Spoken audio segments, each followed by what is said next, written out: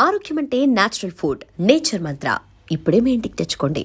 Hong Kong ఉత్తర థాయిపోలో జరిగినటువంటి అత్యంత భారీ రెసిడెన్షియల్ ఎస్టేట్లో జరిగినటువంటి అగ్ని ప్రమాద ఘటన తెలిసిందే. నిన్న హాంకాంగ్ కాలమాన ప్రకారం 2 గంటల 50 నిమిషాల ప్రాంతంలో ఒక్కసారిగా ఈ భారీ నివాస సముదాయంలో అగ్నికేలలు ఎగిసిపడ్డాయి. మొత్తం టవర్స్ అంటే అక్కడ చూస్తే టవర్ సిస్టంలో ఫ్లాట్స్ ఉంటాయి. ఇక్కడ ఈ టవర్స్లో 2000 వరకు ఫ్లాట్స్ ఉన్నాయి.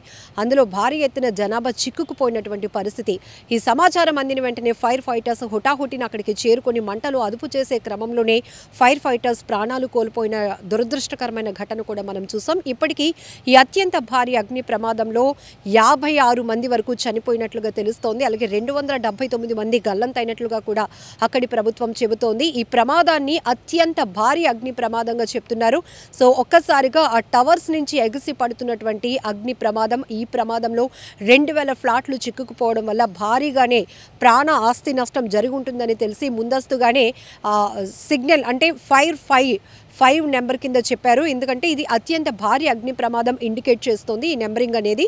దీంతో పెద్ద ఎత్తున ఫైర్ సేఫ్టీ ప్రికాషన్స్తో అక్కడికి చేరుకొని మంటలను అదుపు చేసే ప్రయత్నం గంటల పాటు కూడా రెస్క్యూ కొనసాగింది. ఎందుకంటే చిన్నగా ఆ ఫ్లోర్స్ అన్నీ కూడా మనకి టవర్ సిస్టంలో అక్కడ కనపడుతూ ఉంటాయి కాబట్టి ఇది అత్యంత బహుళ రెసిడెన్షియల్ టవర్గా కూడా చెప్తున్నారు. సో 8 టవర్లలో ఉంటుంది. అది 33 అంతస్తులు ఒక్కొక్క టవర్ ఉంటుందంట.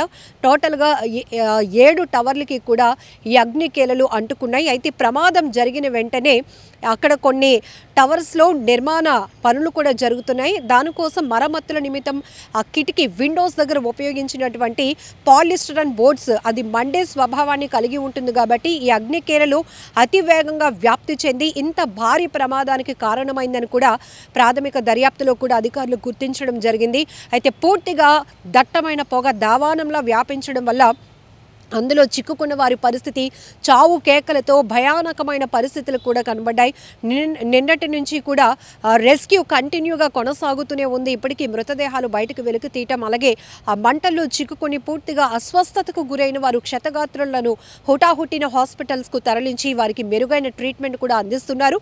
అలానే ఈ అత్యంత భారీ ప్రమాదం జరిగినటువంటి ఉత్తర థాయిపోలో టెంపరీ షెడ్లు కూడా ఏర్పాటు చేసి అందులో చిక్కుకున్న వారు ఒకవేళ సేఫ్గా బయటపడిన వాళ్ళు ఉంటే వారు అక్కడ స్టే చేయడానికి కావాల్సినటువంటి ఏర్పాట్లు కూడా అక్కడ ప్రభుత్వం చేస్తోంది. దీనిపైన అత్యంత సమగ్రవంతమైనటువంటి దర్యాప్తు కూడా చేస్తున్నాము. ఇది చాలా దురదృష్టకరమైన ఘటన. మృతుల కుటుంబాలకు అలాగే బాధిత కుటుంబాలకు అండగా ప్రభుత్వం ఉంటుందని కూడా అక్కడ ఉన్నతాధికారులు ఇప్పటికే ప్రకటించడం కూడా జరిగింది. హాంకాంగ్లో ఈ ప్రమాదాన్ని 17 ఏళ్ల క్రితం ఇట్లాంటి ప్రమాదాలు జరిగాయి. 17 ఏళ్లలో కూడా చూస్తే ఇది అత్యంత భారీ అగ్ని ప్రమాదంగా అత్యంతగా ఆస్తి ప్రాణ నష్టం జరిగినటువంటి ఘటనగా కూడా అధికారులు నిర్ధారించారు. ఒక్కసారి ఈ ప్రమాద ఘటన దృశ్యాలు స్క్రీన్ పైన చూసినట్నే ప్రతి ఒక్కరిలో వణుకు పుడుతోంది. ఎందుకంటే ఈ మధ్య మనం డెవలప్మెంట్ పేరుతో టవర్ సిస్టమ్స్ మనం చూస్తున్నాం. భారీ ఎత్తున గేటెడ్ కమ్యూనిటీ రెసిడెన్షియల్ ఫ్లాట్స్ ఒకే చోట వేలాదిగా ఉండేటప్పుడు ఒకవేళ జరగరాని ప్రమాదం ఏదైనా జరిగితే ఆ ప్రమాదం స్థాయి ఎలా ఉంటుందో కూడా చెప్పడానికి ఇదొక ఉదాహరణగా చెప్పొచ్చు. ఎందుకంటే అక్కడ ఫోమింగ్ అంటే ఎక్కువగా పొగ వ్యాపించింది. అగ్నికేలలు కూడా అంతకంతకు ఎగిసిపడ్డాయి. దాంతో అక్కడ కన్స్ట్రక్షనల్ వర్క్స్ జరుగుతున్నాయి. నిర్మాణ పనులు జరుగుతున్న క్రమంలో వెదురు కర్రలు ఎక్కువగా వినియోగించడం, ఎందుకంటే వారు వర్క్స్ చేయడానికి వారికి అనువుగా ఉండేందుకు గాను లేకపోతే ఆ ఫ్లోర్స్కి ఎక్కడానికి కూడా వాళ్ళు ఈ మెట్ల మార్గంలాగా ఈ వెదురు కర్రలు ఉపయోగించి మొత్తం దాన్ని ఒక స్ట్రక్చర్ అనేది నిర్మిస్తారు కదా. సో వాటికి కూడా ఇమీడియట్గా ఈ మంటలు అంటుకోవడంతో పాటు ఈ నిర్మాణ పనుల నిమిత్తం ఉపయోగించినటువంటి ఈ మెటీరియల్ ఏదైతే ఉందో పాలిస్టరన్ బోర్డ్స్, ఇవి కూడా ఎక్కువగా చాలా ఫాస్ట్గా ఫైర్ని ఇంక్రీజ్ చేయడానికి తోడ్పడేటటువంటి అంటే మండేటటువంటి స్వభావం ఉన్నటువంటి క్వాలిటీ దాంట్లో ఉంటుంది కాబట్టి సో ఇవన్నీ కూడా ప్రధానంగా ఈ ప్రమాదం అంత స్థాయికి చేరుకోవడానికి కారణంగా కూడా తెలుస్తుంది. అయితే ఈ ప్రమాదానికి సంబంధించి 3 అనుమానితులను కూడా ఇప్పటికే అక్కడ పోలీసులు అదుపులోనికి తీసుకున్నారు, అరెస్ట్ చేశారు. ఈ ప్రమాదం జరిగిన కొన్ని గంటల్లోనే ఒక చిన్న వీడియో కూడా వైరల్ అవుతోంది. ఒక వ్యక్తి వర్క్ చేస్తున్న చోటే స్మోక్ చేస్తూ ఉన్నటువంటి దృశ్యాలను కూడా ఒకరు క్యాప్చర్ చేశారు. ఈ ప్రమాదం జరిగిన తర్వాత ఆ వీడియోను కూడా రివీల్ చేయడం వల్ల ఆ వ్యక్తినే ఒకవేళ ప్రమాదానికి కారణమా, అక్కడ స్మోక్ చేసిన తర్వాత ఆయన మిగతా సిగరెట్ని అక్కడ పడేయడం వల్ల దేనికైనా అంటుకొని చిన్న స్పార్క్స్ వచ్చి ఆ తర్వాత ఈ వర్క్ జరుగుతున్నాయి కాబట్టి ఆ ప్రాసెస్లో ఉన్న మెటీరియల్స్ అంటుకోవడం వల్ల మొత్తం ఈ టవర్స్లో ఉన్నటువంటి 2000 ఫ్లాట్లు కూడా ఈ ప్రమాదంలో చిక్కుకున్నాయా, ఇంత ప్రాణ నష్టం ఆస్తి నష్టం జరగటానికి కారణం అనే కోణంలో కూడా వేగవంతమైన దర్యాప్తు కొనసాగిస్తున్నారు అక్కడ అధికారులు. ఏది ఏమైనప్పటికీ కూడా ఇదంట 1983లో కట్టినటువంటి నిర్మాణం అని చెప్తున్నారు. ఇక్కడ ఎక్కువగా 60 సంవత్సరాలు 65 సంవత్సరాలు ఉన్నటువంటి వారు ఎప్పటి నుంచో ఇందులో ఉంటున్నారు.